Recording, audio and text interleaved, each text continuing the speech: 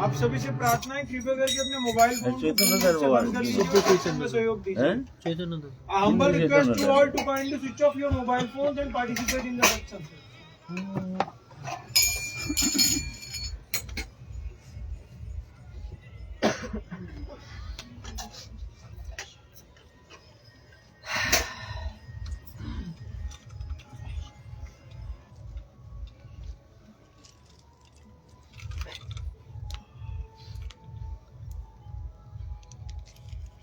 जय जय श्री राधे श्याम निताई गौर हरि बोल। हरि बोल, हरि बोल।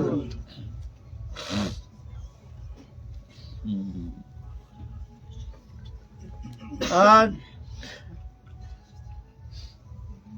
नवद्वीप के सिद्ध चैतन्य दास बाबा जी महाराज के जीवन चरित्र संबंध में कुछ दिग्दर्शन करने का प्रयत्न करेंगे। इनकी उपासना पद्धति बहुत ही अलौकिक और हमारे लिए भी अगम्य है, क्योंकि ये थोड़ा सा हट करके इनकी भजन पद्धति है। हमारे जो राधा कृष्ण जुगल उपासना प्राक कथा थोड़ा संबंध में थोड़ा दिग्दर्शन करेंगे। कृष्ण चैतन्य महाप्रभु राधा कृष्ण के मिलित तनु, राधा कृष्ण दोनों मिलकर के महाप्रभु रूप में आए हैं। वो जुगल प्रेम निर्जास वो जगत को प्रदान करने के लिए अनर्पित चरिंग चिरात करुणा अवतीर्ण कलौ समर्पयत उन्नत उज्जवल रसांग भक्ति श्रियाम हरि पुरट सुंदर द्युति कदम्ब संदीपित सदा हृदय कंदर स्फुरत बसुचि नंदन। रूप गोस्वामी पाद के ये श्लोक, एक बार इस श्लोक संबंध में थोड़ा सा वितर्क शुरू हो गया था। तुमने ये श्लोक कहाँ पाया? एक जन पाठ कर रहे थे नवद्वीप में, वृंदावन में ही। ये श्लोक तुम कहाँ पाए? अनर्पित चरिंग, जो कभी किसी युग में कोई अवतार नहीं ये प्रदान नहीं किए हैं, एकमात्र कृष्ण चैतन्य महाप्रभु ही ये प्रेम रस जो चरम निर्यास, जुगल प्रेम की चरम निर्यास जो आस्वादन है, ये महाप्रभु का अवदान है।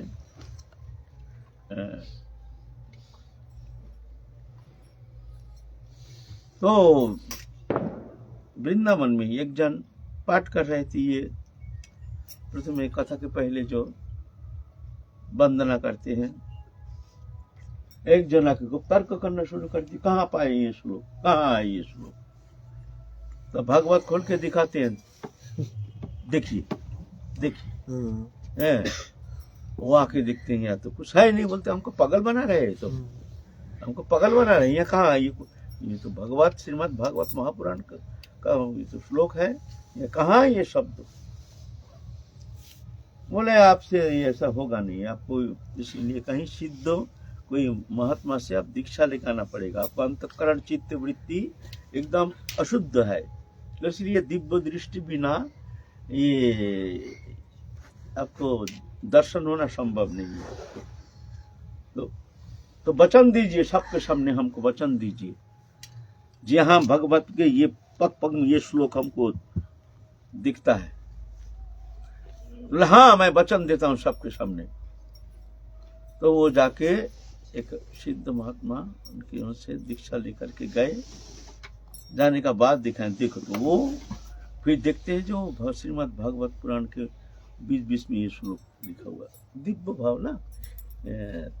तो ये अचिंत अगम्य विषय है, ये तो तर्क के अगम्य है। तर्क के द्वारा कभी अगर कोई परम पररस तत्व अगर विचार करना चाहे तो ये तो कदापि संभव नहीं है, क्योंकि ये प्रभु की कृपा सापेक्ष अनुभव विद्ध, ये साधन चेष्टा के द्वारा वो रस अनुभव करना, वहां अनुप्रवेश करना कदापि संभव नहीं है। ये भगवत कृपा से, गुरु कृपा से ही ये चिन्मय रस, जुगल रस विलास, उसके चरम निर्यास, भवोल्लास रोति, ये जो रस आस्वादन, ये उनकी कृपा से संभव है। और एक उपासना है, महाप्रभु तो स्वयं राधा कृष्ण जुगल दोनों, उनके एक निजस्व धाम है, वो है शीतद्वीप, नवद्वीप धाम है दिव्य वृंदावन में। माने गोलोक धाम क्या है? गोलोक धाम है एक कमल दल जैसी, कमल दल के भीतर जो कर्णिका है उसके अंदर अनंत कोठरियां है, कोठरी है, अनंत कोठरी, ऐसे अनंत कोठरी है, और हर कोठरी अनंत है, हर कोठरी अनंत है, और एक एक कोठरी में भगवान अलग अलग लीला करते हैं, और अनंत कोठरी अनंत लीला। कौन पार पाया, कौन इसका वर्णन करेगा, कौन ऐसा हम जैसे मूर्ख है जो वर्णन करने के लिए कोशिश करेगा, घमंड करेगा। अनंत है। कोई कोठरी में राधा कृष्ण दोनों विलास करते हैं, कोई है और कोई है नहीं, बस अनंत काल दोनों विलास में निमग्न है। कोई कोठरी में अलग अलग, जैसे तर्क होता है ना, जैसे मान लीजिए कोई संप्रदाय का जुगल उपासना, कुछ अलग उनकी रसधारा है, तो तर्क के विषय नहीं, उनके कोठरी उपासना। जैसे मान लीजिए हरिदास स्वामी, हरिदास स्वामी के जो राधा कृष्ण वो भी निकुंज सेवा, लेकिन वहां है ललिता सखी, अकेला ललिता सखी है और कोई सखी है नहीं, सखी उपासना पद्धति है। लेकिन हमारे उपासना में अष्टधा अष्ट प्रधान सखी है, ललिता विशाखा चित्रा इंदुलेखा चंपकलता रंगदेवी तुंग विद्या सुदेवी। आपको तर्क करेगा जो उनका सत्य है ना आपका सत्य है, वो उनका एक सखी है, इनका आपका इतना सखी है, तो वो एक कोठरी की उपासना और ये अलग कोठरी की उपासना, ऐसे ऐसे अनंत कोठरी है ना। इसलिए ये तर्क के अगम्य है, अनुभव विद्या।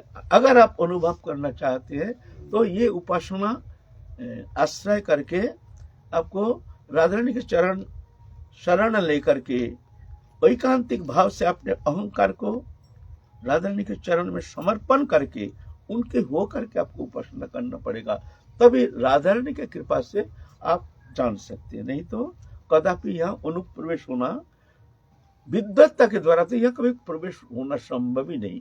विद्वत्ता का यहाँ कोई प्रवेश है ही नहीं। बड़े विद्वान है, 6 शास्त्र 18 पुराण समस्त पुराण हम कंठस्थ कर लिया, बोले यहाँ इसको अनुभव होना संभव नहीं है। धर्म से तथ्य निहित गुहाय महाजन जैन गतस्य पंथा। धर्म के तत्व गुहा में छुपा हुआ है, अनंत है, ये कौन पार पाया है, ये तो कृपा से ही जान सकता है, क्योंकि वो इंद्रियातीत लोकातीत ने इंद्रिय के अगम्य मन बुद्धि के अगम्य विषय है। कैसे जानेंगे? नहीं, वो कृपा से ही जान सकते हैं। वो चिन्मय है, दिव्य है, मायातीत है, गुणातीत है। इसलिए यहाँ तर्क करना बहुत ही मूर्ख होता है। हम लोग सनातन धर्म में देखा जाता है बहुत सारे संप्रदाय है ना, रामानंदी, श्यामानंदी, कृष्णानंदी, ब्रह्मानंदी, तंत्र साधक, तंत्र उपासना और कितना कितना हमारे सनातन धर्म में है। और आपस में हम जैसे मूर्ख जो है तर्क करते हैं, लड़ाई करते हैं, ये ठीक नहीं, ये ठीक नहीं, ये ठीक है, वो ठीक है। सभी ठीक है, वो तो एक कोठरी एक एक उपासना पद्धति अनंत भगवान है, अनंत नाम रूप गुण लीला, अनंत उनके स्वरूप है। कौन पार पाया? अनंत अनंत है ना। इसलिए वो भी एक उपासना, वो भी उपासना, वो भी उपासना, वो भी उपासना।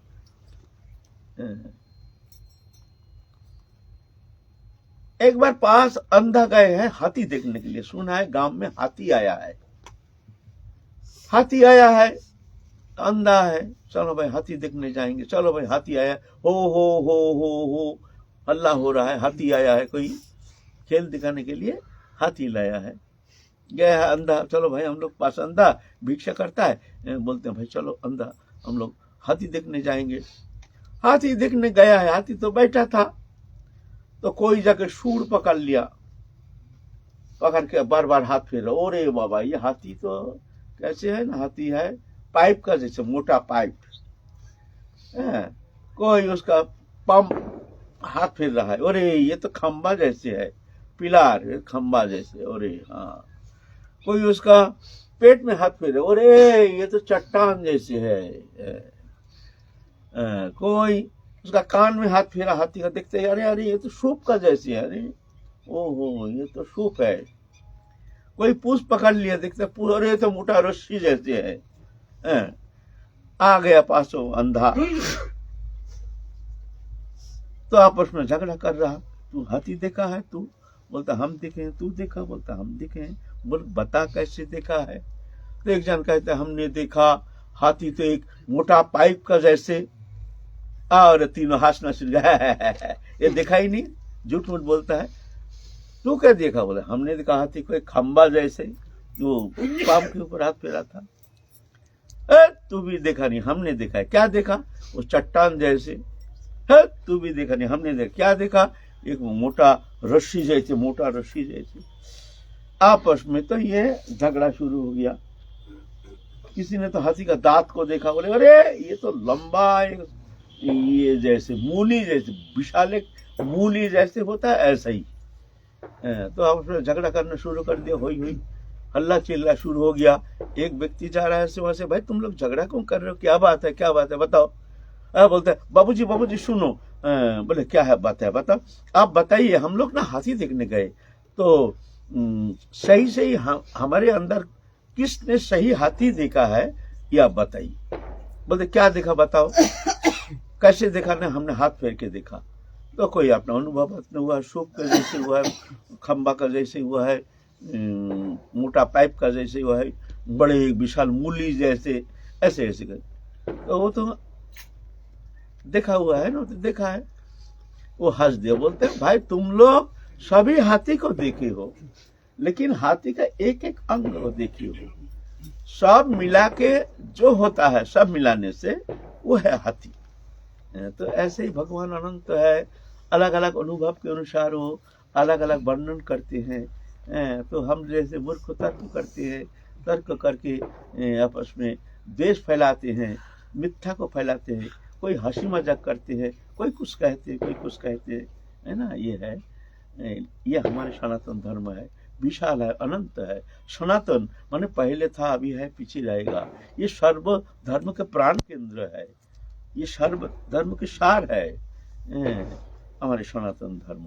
ये धर्म भगवान से आया है, किसी मनुष्य के रची हुई ये धर्म नहीं है। ये धर्म भगवान से आया, इसलिए सनातन कहते हैं। सनातन माने जो पहले था, अभी है, किसी भी रहेगा, जो भगवान से है, नित्य सत्य सनातन, सनातन धर्म। इसलिए तर्क का यहाँ कोई अनुप्रवेश है नहीं। तो चैतन्य बाबा ये नवद्वीप की उपासना, महाप्रभु की उपासना, इनकी राधा कृष्ण उपासना नहीं, सिर्फ महाप्रभु की उपासना इनकी प्रधान उपासना, प्राण केंद्र है। मैमन सिंह जिला में गोविंदनाथ घोष नामक एक परम वैष्णव परिवार रहते थे। उनके वंश परंपरा ही सब परम वैष्णव। उनके दो पुत्र थे, एक है बैद्यनाथ घोष, एक है गौरनाथ घोष, दो पुत्र। उन लोग पीछे मुर्शिदाबाद जिला के जो नवाब, मुर्शिदाबाद के जो नवाब है, उनके राज कर्मचारी बन करके आए, यहाँ नौकरी करते थे। तो वो भी वैष्णव परिवार है दोनों। तो बैद्यनाथ घोष जो था, उनके एक पुत्र, उनका नाम है जगत बंधु। माता पिता दोनों अकाल मृत्यु हो गया। मृत्यु होने के बाद वो पुत्र को समर्पण कर दिया, गौरनाथ के अंडर में दे दिया सेवा के लिए, जो तुम इस पुत्र का सेवा देखभाल करो। गौरनाथ बड़े प्रेम से अपने बड़े भाई के पुत्र को, जगत बंधु को, बड़े आदर से लालन पालन करते हैं। लेकिन बचपन में ऐसे बीमार हो गया, जो किसी अवस्था में वो बीमार ठीक नहीं होता है। कितना भी दवादारी किया है, कितना वैद्य दिखाए, उस समय तो इंग्लिश का ऐसे प्रचार प्रसार नहीं था, इंग्लिश मेडिसिन का ऐसे कोई प्रचार प्रसार नहीं था। ये तो ब्रिटिश आने के बाद हमारे जो अंग्रेजी जो मेडिसिन ट्रीटमेंट पद्धति है, ये ब्रिटिश ने लाया है। पहले तो हमारे भारत में सब वैद्य ही था, डॉक्टर माने वैद्य। तो बहुत सारे वैद्य दिखाया, कोई काम में नहीं आया। तो गौरनाथ ने भगवान के नाम लेकर के उनको चरणोदक पिलाना शुरू कर दिया। प्रतिदिन चरणोदक देते हैं। ऐसा करते करते करते करते भगवत कृपा से वो बच्चा स्वस्थ हो गया। जब स्वस्थ हो गया, लेकिन उसके अंदर बड़े अद्भुत भावांतर, वो बच्चा जगत बंधु प्रसाद बिना कोई वस्तु ग्रहण करते नहीं। छोटा सा बच्चा 7 साल उम्र है, प्रसाद बिना कुछ लेते नहीं, खाते नहीं, अनिवेदित कोई वस्तु ग्रहण करते नहीं, ऐसे संस्कारी जीव। कभी कहीं हरि कथा होती है तो वो बच्चा सुन करके वहीं पर भाव अवस्था में ऐसे भावाविष्ट हो जाता है, सब देख करके चमत्कृत हो जाते हैं। देखो इतना छोटा बच्चा, इसके अंदर कितने सुंदर एक भगवती भाव, ये जन्म जन्म की संस्कार, ये जन्म जन्म की जब प्रभु की कृपा जब फलीभूत होता है तभी जाकर के ऐसे संस्कार प्राप्त होकर जन्म लेता है।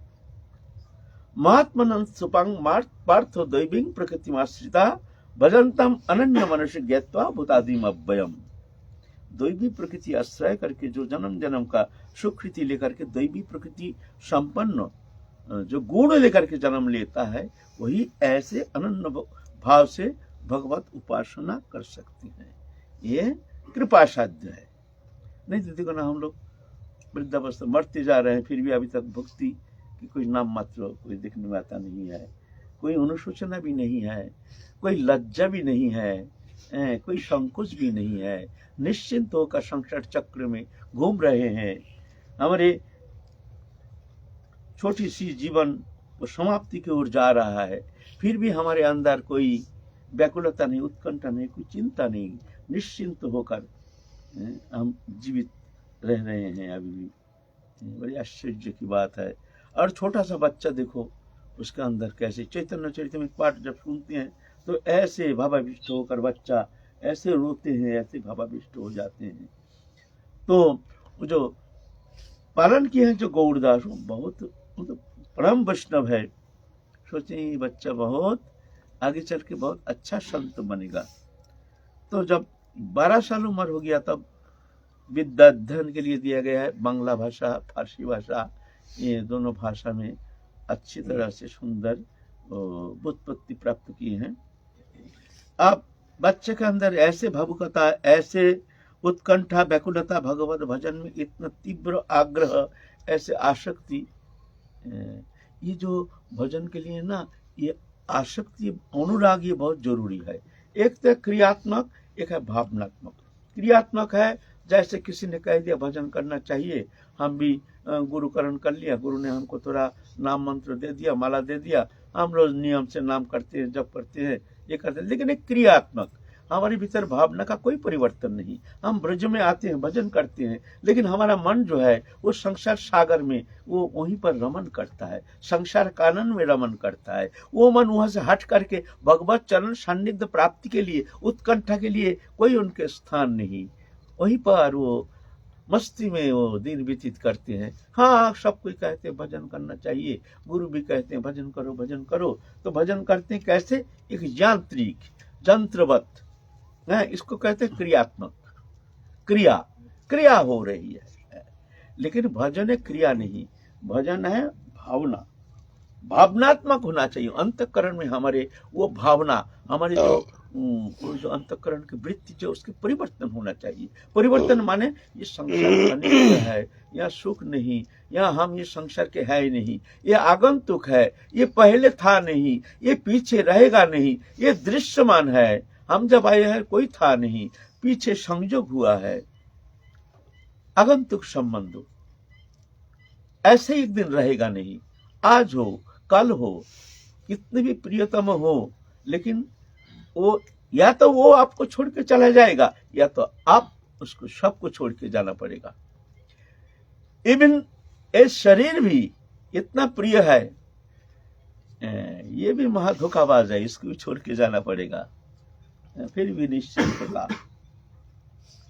तो ऐसे भावना जब आती है तब जाकर के सही थोड़ा सा अंतःकरण में भजन के लिए थोड़ा सा स्थान बनता है। नहीं तो जब मन हमारा संसार कानन में रमन करता है, वहीं पर सुख प्राप्ति के लिए सुख अनुसंधान तत्पर होकर के हम संसार चक्र में घूम रहे हैं, वहीं पर सुख है। स्त्री पुत्र कुटुंब परिवार धन जन वित्त वैभव आदि में सुख है जान करके सुख अनुसंधान के लिए हम ये संसार चक्र में संसार कानन में रमन करते हैं, भ्रमण करते हैं, तब तक वो परमार्थिक विषय का जो सुख है, आनंद है, हमको कैसे मिल सकता है। इसलिए भजन है भावनात्मक, भावना का परिवर्तन होनी चाहिए। दो है, एक क्रिया एक भावना। क्रिया होता है शरीर से, भावना होता है मन से। शरीर रहने दो संसार में, लेकिन मन को रखो प्रभु के चरण में। जानो जी संसार धोखाबाज है, ये आगंतुक है, ये था नहीं, है नहीं, रहेगा नहीं, रख नहीं सकते। जानो, मानो या ना मानो, लेकिन ये सत्य है, तब जाके भजन होगा, है ना। तो ये सबके मन में थोड़ी ऐसे भावना होती है। ये तो पूर्व जन्म के कोई सुकृतशाली कोई भगवान के हृदय में ऐसे भावना का उद्रेक होता है। वही सिर्फ जानता है कि वास्तव में हमारे अनमोल समय है, उस समय आगे शायद नहीं भी मिल सकता है। चलो चलो चलो, अभी से ही शुरू कर दो, चलना शुरू कर दो, रुको नहीं, किसी भी कीमत पर रुको नहीं। हृदय वृत्ति को भगवत भावनामय करके, भगवत चरण में समर्पित हो करके, उनके होकर दिन व्यतीत करते रहो, देखते रहो कब प्रभु की कृपा होगी। तत् कृपा अवलोकन, तद कृपा अवलोकन, कब तुम कृपा करोगी हे प्राणेश्वरी राधा रानी। तो जगत बंधु घोष के ऐसे मन में तो विरक्ति आ गया है, चलेंगे अब, सोचे हैं तो घर छोड़ के जाना पड़ेगा, यहाँ ज्यादा दिन रहना नहीं है, पूर्व जन्म के संस्कार जाग गया है। और गौरनाथ घोष वो जान गए हैं जो ये तो घर छोड़ के चला जाएगा, और पिता माता का कोई पुत्र नहीं, अपना भी कोई पुत्र नहीं, उसके ऊपर परम स्नेह लग गया, एकदम बहुत स्नेह, छोड़ना नहीं चाहता है हर समय। भ्रातुष्पुत्र होने से भी पुत्र से भी अधिक उनके प्रति ममता। तो सोचे हैं कि भाई इसको शादी करा दो, शादी करा देने से स्त्री के मोह में पड़ करके शायद ये संसार में फिर इसका भावना जो है संसार में लौट के आ जाएगा। तो जगत बंधु जब सुना, अब चिंतन करके देखा जो ये हमको फंसाने का कोशिश कर रहे हैं, एक दिन रात की अंधकार में भाग के चले आए हैं नवद्वीप धाम में। नवद्वीप धाम में आकर के कोई महत्पुरुष से दीक्षा प्राप्त की है। दीक्षा प्राप्त करके श्यामदास नाम के कोई महत्पुरुष के पास से वेश ग्रहण किए हैं। नाम हुआ है चैतन्य दास। चैतन्य दास, बस चैतन्य दास, तो बस चैतन्य महाप्रभु का ही उनके चिंतन, शरण, मनन, ध्यान, धारणा, उपासना सब कृष्ण चैतन्य महाप्रभु, राधा कृष्ण नहीं, और कोई नहीं, और कोई देव देवता नहीं। राधा कृष्ण हमारी उपासना जो मंजूरी उपासना ये भी नहीं, गौर उपासना, गौर ही एकमात्र प्राण केंद्र। हमारे महाप्रभु की जो उपासना है इसमें ऐसे चैतन्य दास, सिद्ध चैतन्य दास के जैसे ऐसे गौर प्रेमी जो गौर उपासना करके वो दिव्य गौर स्वरूप को प्राप्त करने में समर्थ हुए हैं, ऐसे शायद और दिखने में आया नहीं। महाप्रभु के तो स्वरूप है, यहाँ महाप्रभु राधा कृष्ण जुगल तनु रूप में आए हैं वो प्रेम प्रदान करने के लिए, लेकिन उनका जो दिव्य स्वरूप है, दिव्य नवद्वीपम शीतद्वीप में जो उनका धाम है, वो जो स्वरूप है, वो स्वरूप महाप्रभु ने किसी को दर्शन कराया नहीं। एकमात्र राय रामानंद को दर्शन कराया था वो स्वरूप। जब महाप्रभु गए थे वहां दक्षिण भारत, तब राय रामानंदो से उनके जब वार्तालाप हुई, तब जाकर के राय रामानंद को ये महाप्रभु अपने वो चिन्मय दिव्य स्वरूप रसराज महाभाव दु एक रूप, रसराज कृष्ण महाभावमय श्री राधा रानी, दोनों का मिलित तनु जो दिव्य स्वरूप, वो स्वरूप दर्शन कर, तब जाके वो तो विशाखा स्वरूप, विशाखा सखी के अवतार अचित हो गए। उनको दिखाए श्री महाप्रभु के लीला में जितना परिकर है, ऐसे तो महाप्रभु जो महाप्रकाश में सबको अपना स्वरूप दिखाया है। जब महाप्रकाश में श्रीवास अंगन में महाप्रभु ने सब बुला बुला करके अपने स्वरूप दिखाए, देखो मैं कौन हूं। एकमात्र कृष्ण चैतन्य महाप्रभु अवतार जो मुख में कभी ऐसे शब्द कहे नहीं मैं भगवान हूं, लेकिन सबको बुला बुला के महाप्रकाश में बुलाए, आ जाओ देखो मैं कौन हूं। ये बड़ी अद्भुत संवाद, प्रमाण नहीं, यह शतः प्रमाण। प्रमाण तो बहुत प्रकार है ना, एक अनुमान प्रमाण, एक प्रत्यक्ष प्रमाण, एक ऐतिह्य प्रमाण, एक शतः प्रमाण। ऐसे प्रमाण बहुत प्रकार का है ना। लेकिन ये महाप्रभु है शतः प्रमाण। अनुमान प्रमाण है, जैसे मान लीजिए कहीं धुआं दिख रहा है ना, धुआं दिख रहा है, आप दिख रहे हैं भाई धुआं दिख रहा है, आपको अग्नि दिखता नहीं है, लेकिन इसमें प्रमाण होता है, ये सिद्ध होता है जो वहां पर कहीं अग्नि जल रहा है ना।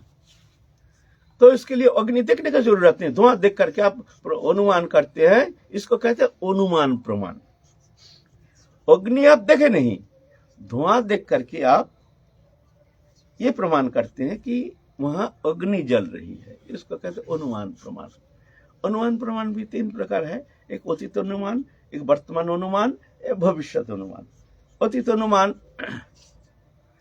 किसी ने एक वृक्ष रोपण किया है तो हमने अनुमान खेत में फसल बोया है, तो अतीत अनुमान जो खेत किसी ने कोई किसान ने बोया है, लेकिन हम देखा नहीं, किसान को देखा नहीं, खेती करने में भी देखा नहीं, जो खेत में जब सुंदर सुनहरा फसल जब खिल रहा है तो ये अनुमान प्रमाण जो कोई किसान ने ये फसल बोया है, ऐसा ऐसा हुआ नहीं।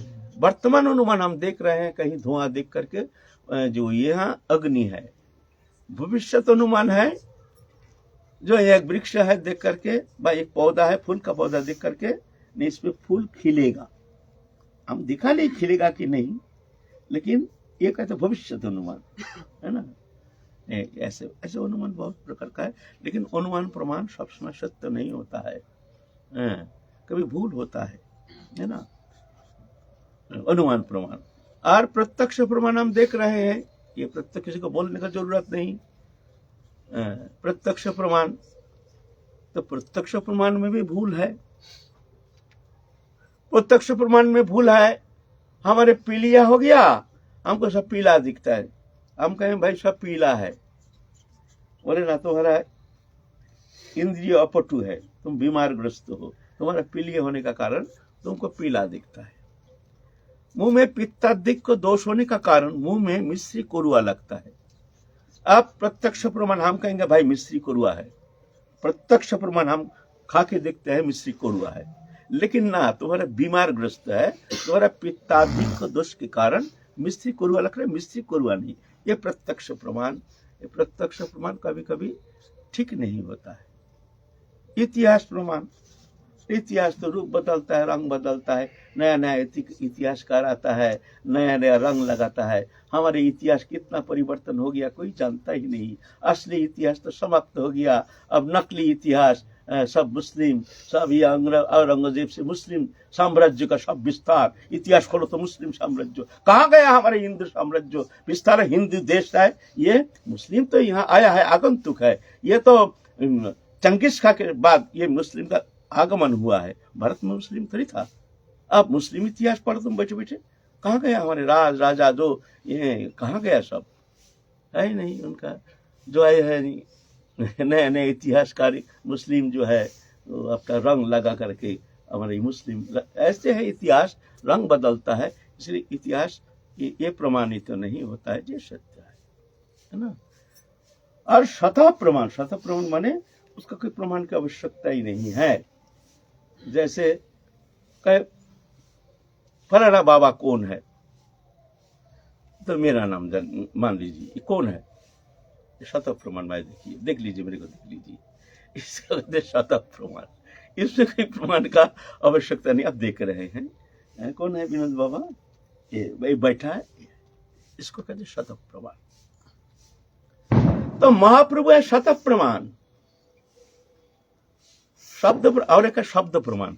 शब्द प्रमाण माने हमारे मुनि ऋषि जो ग्रंथ प्रणयन करके गए हैं, मुनि ऋषि माने भगवान ही अवतार रूप में वेद व्यास रूप में आकर के 18 पुराण आदि सब रचना करके गए हैं, उनके इसमें भूल नहीं है। क्यों?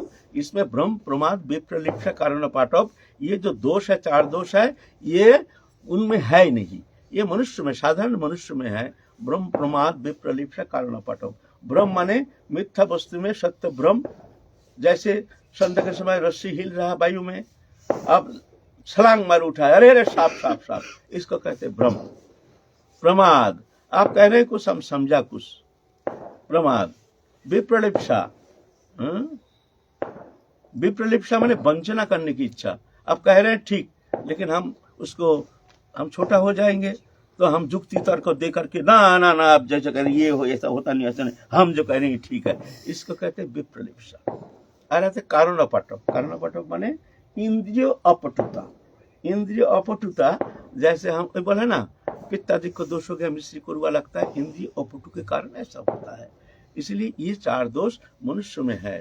इसलिए मनुष्य जो भी बोलता है ये कभी प्रमाण सिद्ध नहीं होता है। लेकिन हमारे वेद प्रमाण आदि जो हमारे वेद व्यास जी ने किए करके गए हैं, भगवान स्वयं वेद व्यास रूप में आकर के शास्त्र प्रणयन किए हैं, इसमें कोई भ्रम प्रमाद विप्रलिप्सा कारण पाठव है नहीं। इसलिए इसको कहते हैं शब्द प्रमाण।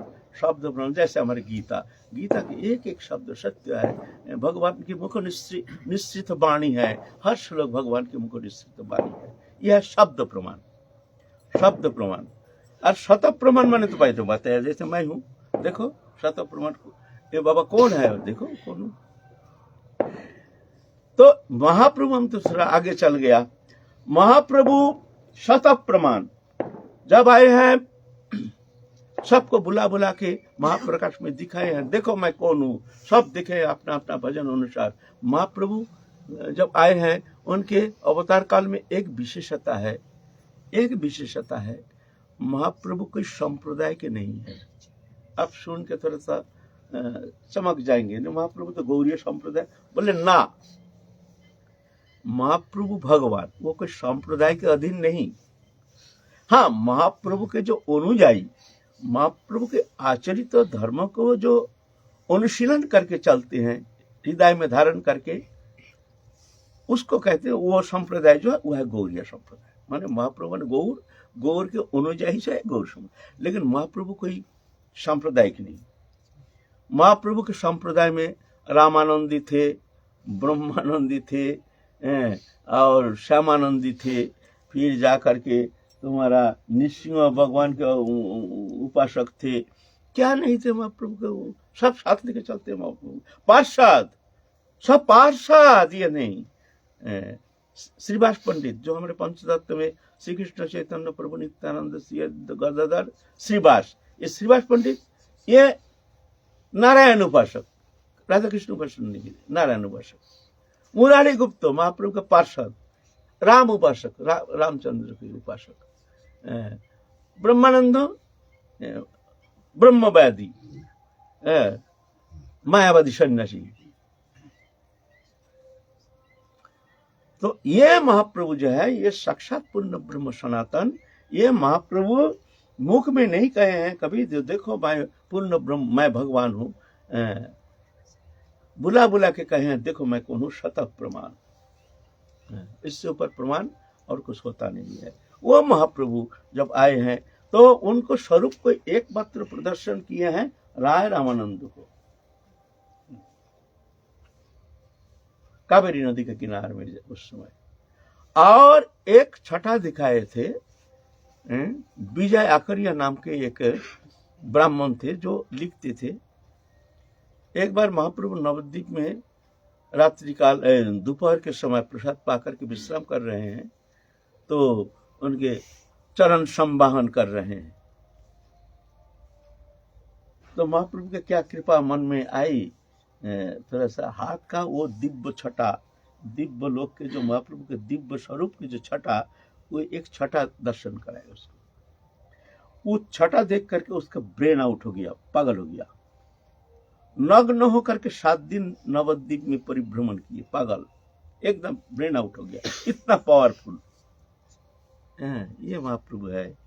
वो महाप्रभु की जो निजी उपासना, एकमात्र महाप्रभु की उपासना, ये चैतन्य दास बाबा ही एकमात्र, और सब किए होंगे, जुगल उपासना भी किए हैं साथ साथ, लेकिन चैतन्य दास बाबा सिर्फ महाप्रभु की उपासना, नागरी भाव उपासना। नागरी उपासना पद्धति प्रकटित रूप में चैतन्य दास बाबा जैसे और किसी को ऐसे साक्षात देखने में आया नहीं। हर समय गोरा गोरा गोरा गोरा गोरा गोरा करते थे, गोरा गोरा गोरा गोरा, और वो अपने को समझते थे मैं महाप्रभु के एक सहचरी हूँ, ऐसे भाव। साड़ी पहन के ढक ढुक के स्त्री वेश धारण करके रहते थे हर समय, ऐसे ऐसे भावना उनकी। और इसी में सिद्ध हो गए थे, सिद्ध कोई जान नहीं पाए उनकी भजन पद्धति, कोई जान नहीं पाए। एक बार क्या हुआ, महाप्रभु के मंदिर के पास एक छोटे से कमरा में और रात्रि काल में उपासना करते, अंधकार में सारा दिन तो रहते थे चुपचाप, रात्रि में जाकर के सारी रात जागरण करते थे और महाप्रभु से बात करते थे। बात करते थे कैसे, जैसे नायक नायिका जिस तरह से बात करते हैं इसी प्रकार का। अरे ये दिव्यलोक का संदेश है, ये प्राकृत देहोदैहिक नायक नायिका प्राकृत ऐसा थोड़ी होता है, वो तो दिव्यलोक का संदेश है, वहाँ ये अगम्य है। तो एक दिन एक दुष्ट व्यक्ति, नाम है भीष्म, वो बड़ा वैष्णव विद्वेषी था। वो हर समय सोचते ये लोग क्या उपासना करते हैं, क्या उपासना करते हैं, तो देखो तो सही। जा करके दीवार में जानला के पास कान लगा दिया, देखते हैं जैसे कि नायक नायिका जिस तरह से बात करते हैं ऐसे ही चैतन्य दास बाबा बात कर रहे हैं। सुन करके अरे ये बाबा जी तो अच्छा नहीं है, ये तो कोई स्त्री को बुला करके ये तो रात में ये तो व्यवहार तो इनका अच्छी बात नहीं है, ये ऐसा तो प्राकृत ऐसा थोड़ी होता है। ये बाबा जी है, ये कैसे जैसे स्त्री से जैसे बात करते हैं, संभाषण करते हैं, ऐसे बात हो रहा है।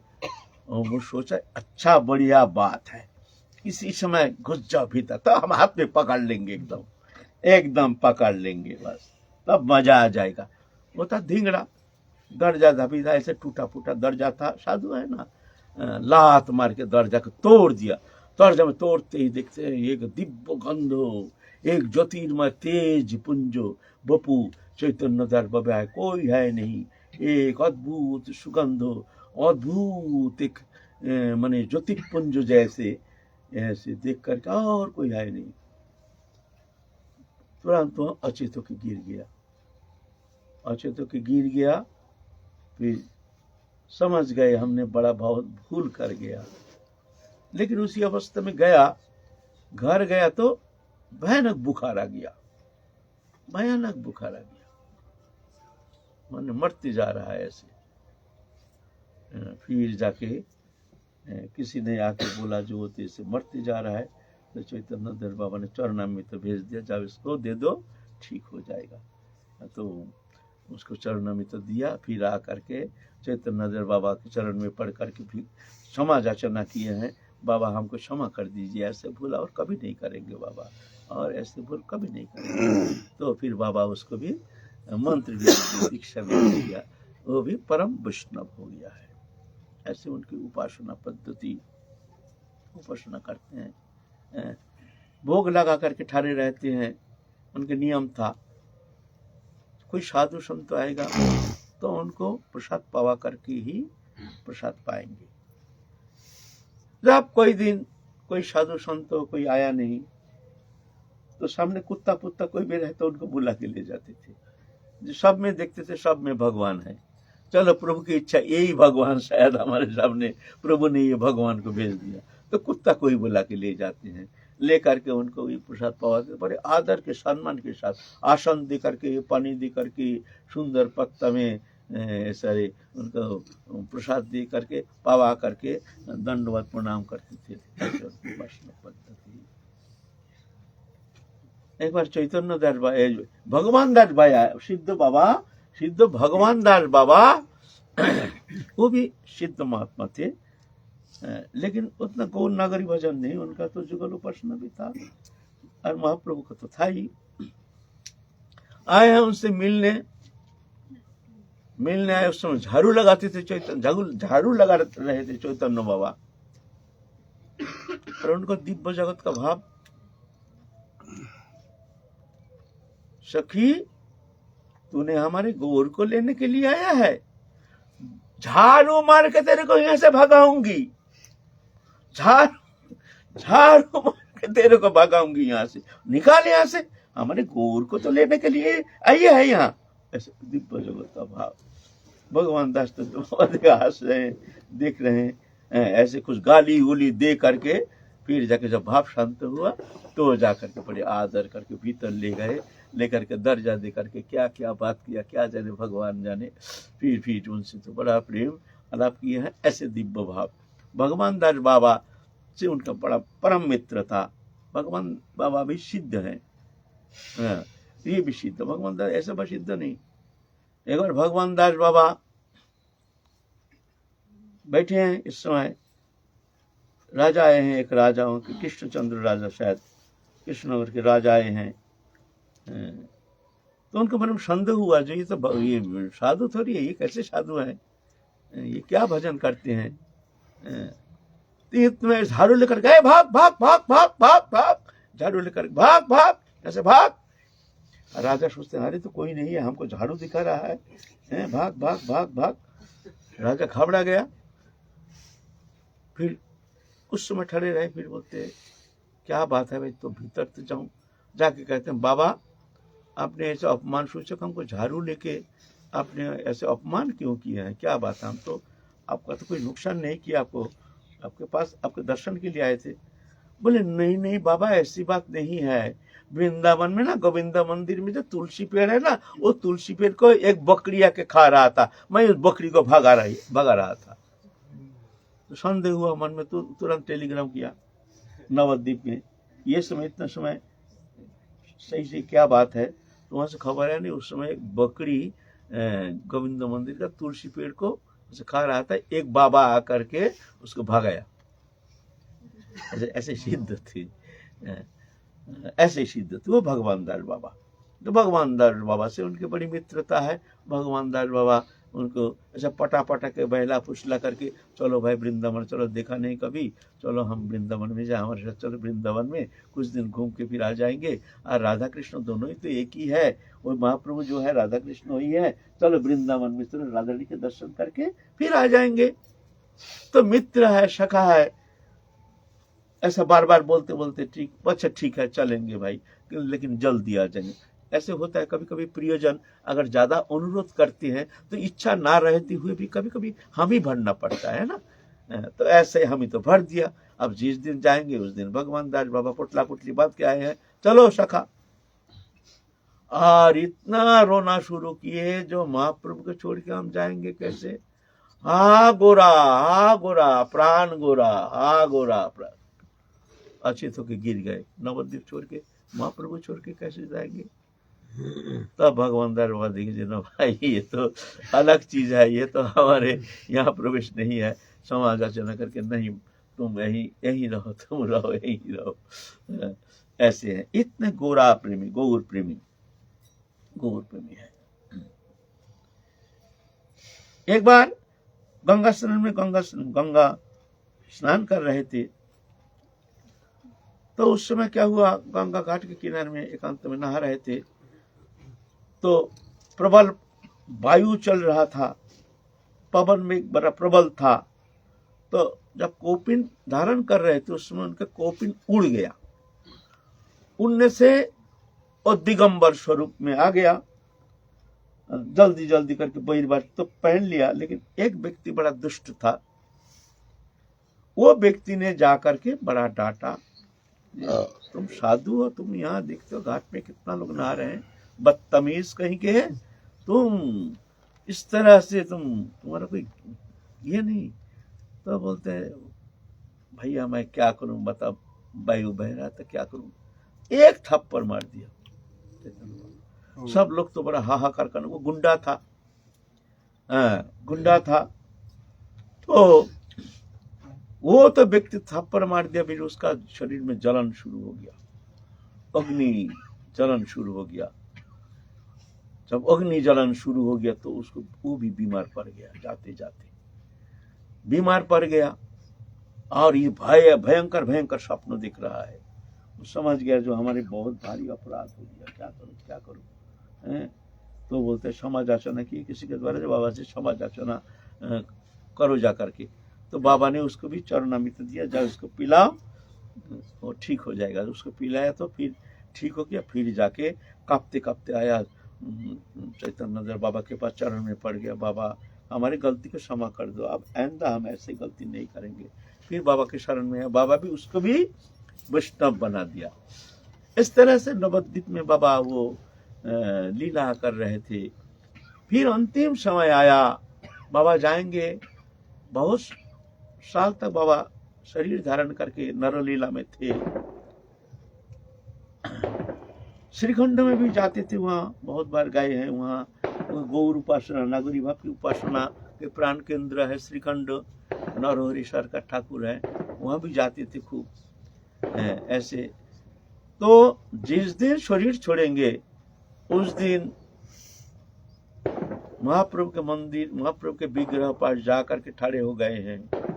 खड़े होकर के महाप्रभु के नेत्र से नेत्र मिला करके एक श्लोक गाए, আমার ভজন হলো সারা, আমার সাধন হলো সারা, গৌর চাঁদের কান্তা আমি, কান্তা আমার গোড়া। ये श्लोक उच्चारण करके वो नयन नयन लगा करके दिव्य लोक उच्चारण ठाड़े अवस्था में महाप्रभु के नयन में नयन लगा करके एकदम ऐसा ही जैसे मूर्ति खड़ा रहता है, ऐसा ही दिव्य भाव, दिव्य स्वरूप में वो श्लोक उच्चारण करके महाप्रयाण किए, महाप्रभु के नित्य धाम प्राप्त करके धन्याति धन्य हो गए। हमारे लिए उनके जीवन आदर्श एक पथ प्रदर्शक है। उस मार्ग अवलंबन करके, वो भावधारा अवलंबन करके हम भी आगे बढ़ेंगे। ऐसे जीवन सुंदर चरित्र जो महाप्रभु के प्रेमी कैसे होते हैं। हम लोग तो नाम मात्र महाप्रभु के प्रेमी कहते हैं, लेकिन भाव तो कुछ है नहीं। ऐसे कैसे शरीर त्यागना, बैठे बैठे ठाड़े ठाड़े महाप्रभु के हाथ पकड़ करके, नयन में नयन मिला करके, नजर से नजर मिला करके, আমার ভজন হলো সারা, আমার সাধন হলো সারা, গৌর চাঁদের কান্তা আমি, কান্ত আমার গোড়া। बस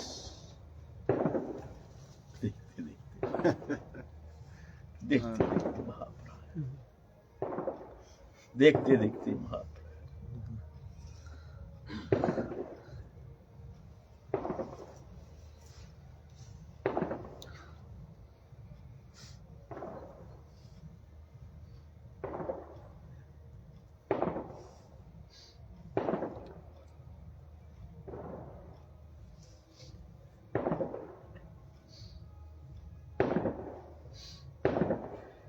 तो ये महापुरुष के जीवन आदर्श, जीवन चरित्र हमारे लिए ये मार्ग है। उस मार्ग अवलंबन करके हमको चलना है। जिस मार्ग अवलंबन करके हम भी वहां पहुंच सकते हैं। दिव्य जीवन चरित्र, दिव्य उनके जीवन के साधन भजन पद्धति आदि जो है हमारे लिए एक आदर्श है। विचार करना चाहिए हम कहाँ है, क्या हमारे भीतर में महाप्रभु के लिए कितना स्थान है। जय जय श्री राधे श्याम। बोलिए सद्गुरुदेव भगवान की जय। श्री चैतन्य महाप्रभु की जय।